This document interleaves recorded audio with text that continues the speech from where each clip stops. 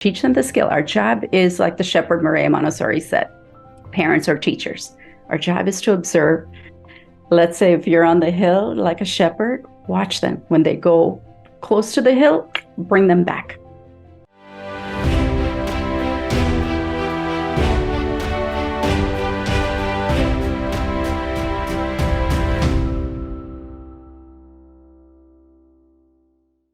So we are talking about responsibility, teaching responsibility to our children, the positive discipline way.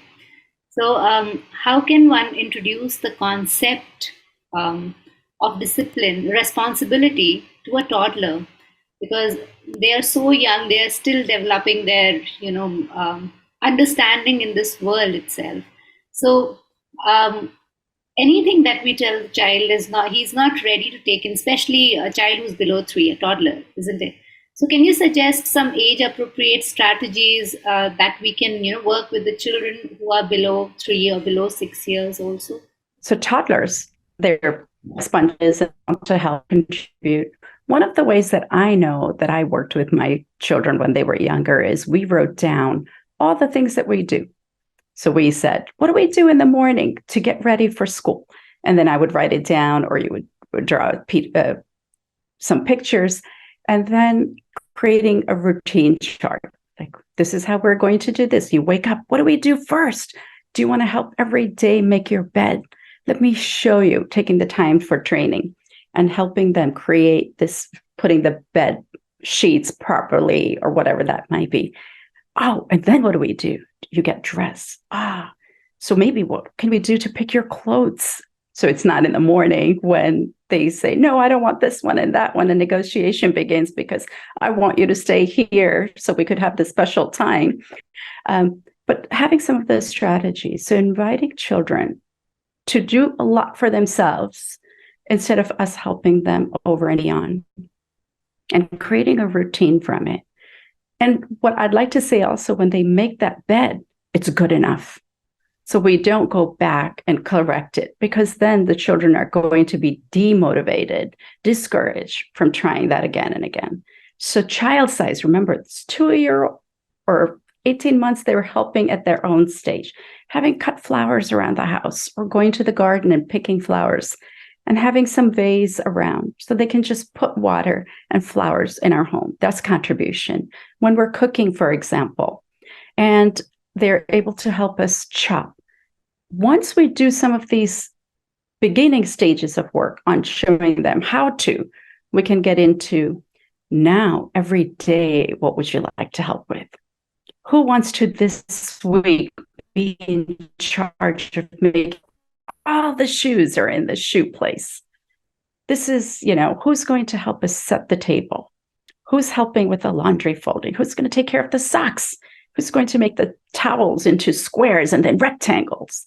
So these are some of the ways we can incorporate and give them responsibility. And that means responsibility. So who's responsible? The child. And when we say you're responsible, we have to walk away. We have to put our hands down and say, that overcorrection mode, right? The perfection parent. But having to remember that we've had at least 20, 10, 15 more years ahead of them. So we've, evolved and we've got these skills, but the children are just beginning. So good enough.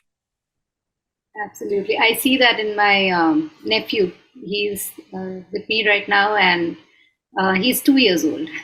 So everything we just have to tell him now. We just set a routine for him, where every morning when he wakes up, he removes his clothes and puts it in the laundry basket. Now we don't even have to tell him. He goes, the first thing that he does is picks up those clothes. Even if it's a fresh cloth, he doesn't matter, doesn't care. He just collects them and then puts them in the laundry basket, because it was placed in a spot where he always goes and collects them. So I can totally relate to what you're saying, because it's the children have the order, the sense of order at this age, and they are pretty much fascinated by that order. They are everything that is there in order attracts them somehow. So they are in that sensitivity towards order. So yeah, absolutely. If we give them that opportunity, and that is a part of routine, a consistent routine. Yes, children definitely, takes that particular task as a responsibility. So Yeah, true. they absolutely love. You're so right, and they do a great job at it when they're toddlers. And later on, they might have more thoughts and procrastinate or have other things. But as toddlers, this is the best time for them to learn things because they will diligently, like you said, take care of their task. Yeah, yeah, that's so true. Um, there is this question that I constantly, hear from parents, and that's I ask my child, and I have done so many times the same activity with my child. But once I ask the child to do that activity or the task alone, they don't do it, or they do it only once Mm. I start nagging them. So, how can this be, changed in a young child, especially?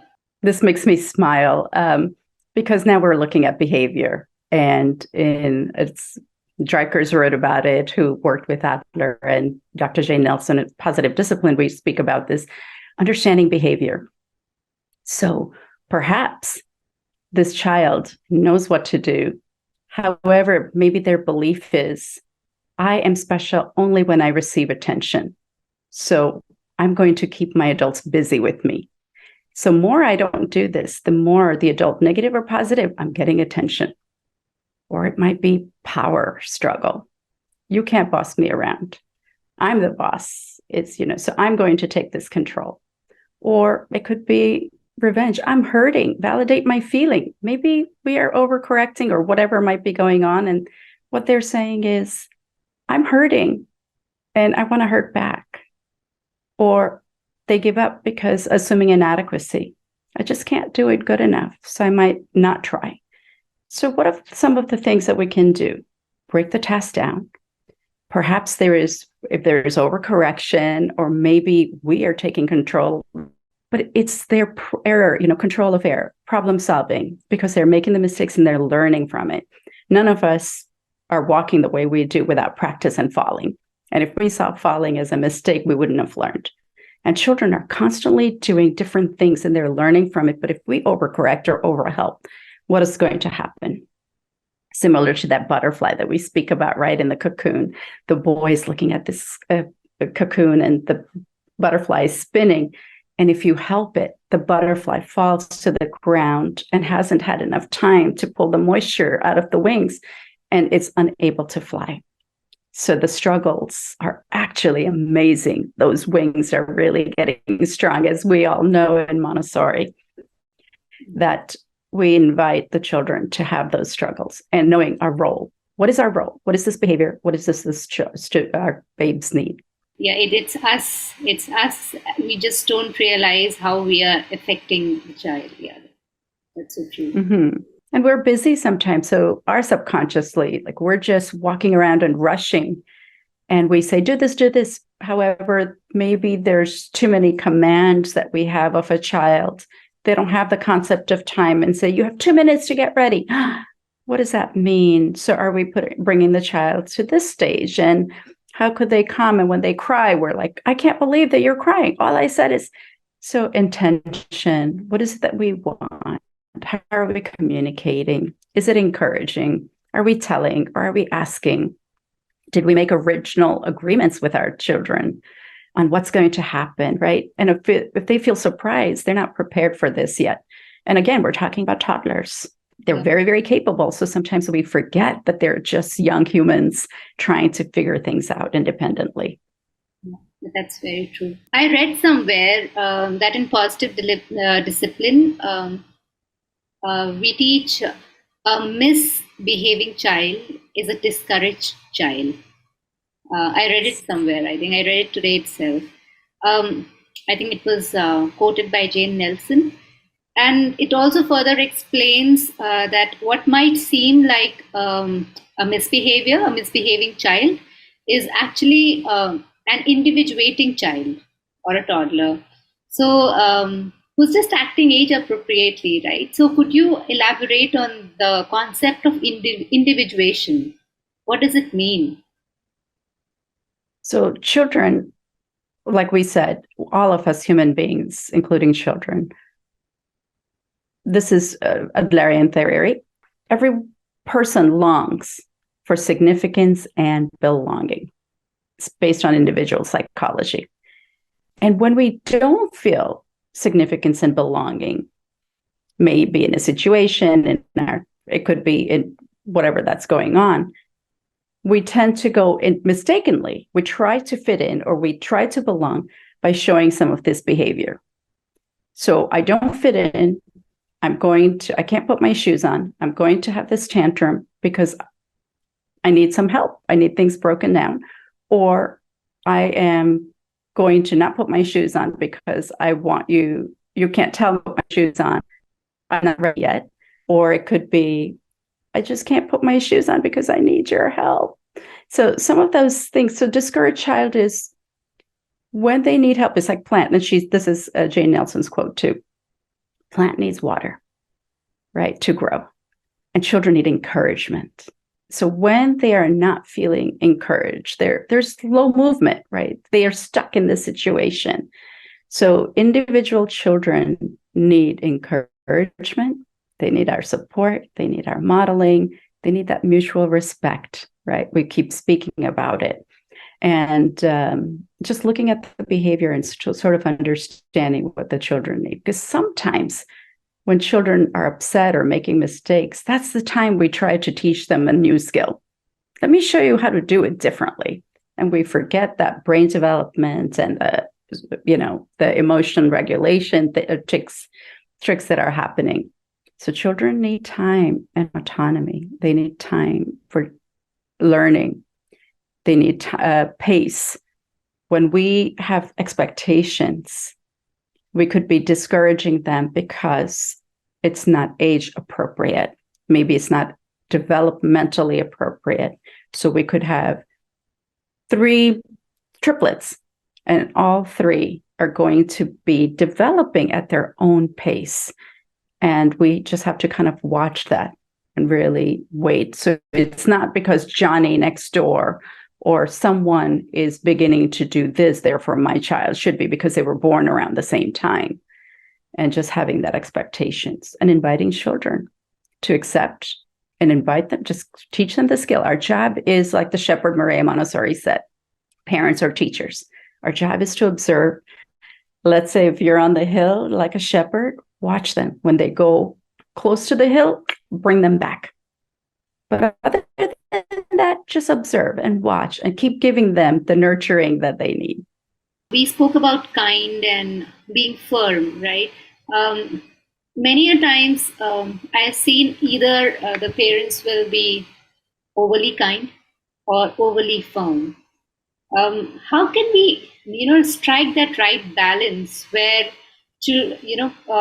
it's not too permissiveness, neither is it too controlling? How can we do that? So in positive discipline, in our trainings, we have experiential activities, and that would be very much appropriate for this topic and many other positive discipline topics. But as adults, we're looking at right and wrong, good and bad, right? So if I ask everyone here, take a deep breath in. But I don't say take a deep breath out, right? Or breathe out. Neither are going to be really healthy. Yeah. So why do we think we have to be either too firm or kind? Or what do you think of when I say kindness? Right? Sometimes we think, what do you think about when I say kindness? Gentle, soft? Yeah, gentle, soft, maybe understanding, sometimes to an extent that you are sacrificing your own personal, choices or priorities. And then the firm? Firm, being too strict. Yeah. So sometimes we can think either being too strict or permissive. Yeah. Or, kind and supportive. But if you're just this, but not this, right? So positive discipline, the way I can explain it is, it's kind to myself and the situation and to the other individual. Mm-hmm. It's and both. It's being having that significance and belonging for both. So when we are firm, we are showing something. So here, this is our agreement. We're getting ready to go to school. Here are the clothes we agreed on. So we can just say, so the kindness would be, oh, sweetie, oh, come on, put those clothes on. Mommy will pick something later. And the firm is, put your clothes now. This is just one example. Or you could be, I understand that you don't want to wear those clothes right now. And what was our agreement about choosing from these two? We need to get going, choose one, and sometimes walking away, right? Giving the two choices and being able to, so it's responsibility. This is the time. This is what we agreed to. We're going to follow through. And it's kind, because what is this child learning? We had an agreement and we're going to follow through. And this is how it's done. So it's not mean, it's not kind, it's not, but it's respectful to both, because it's teaching a skill to our young one. And it's respectful for that time and situation.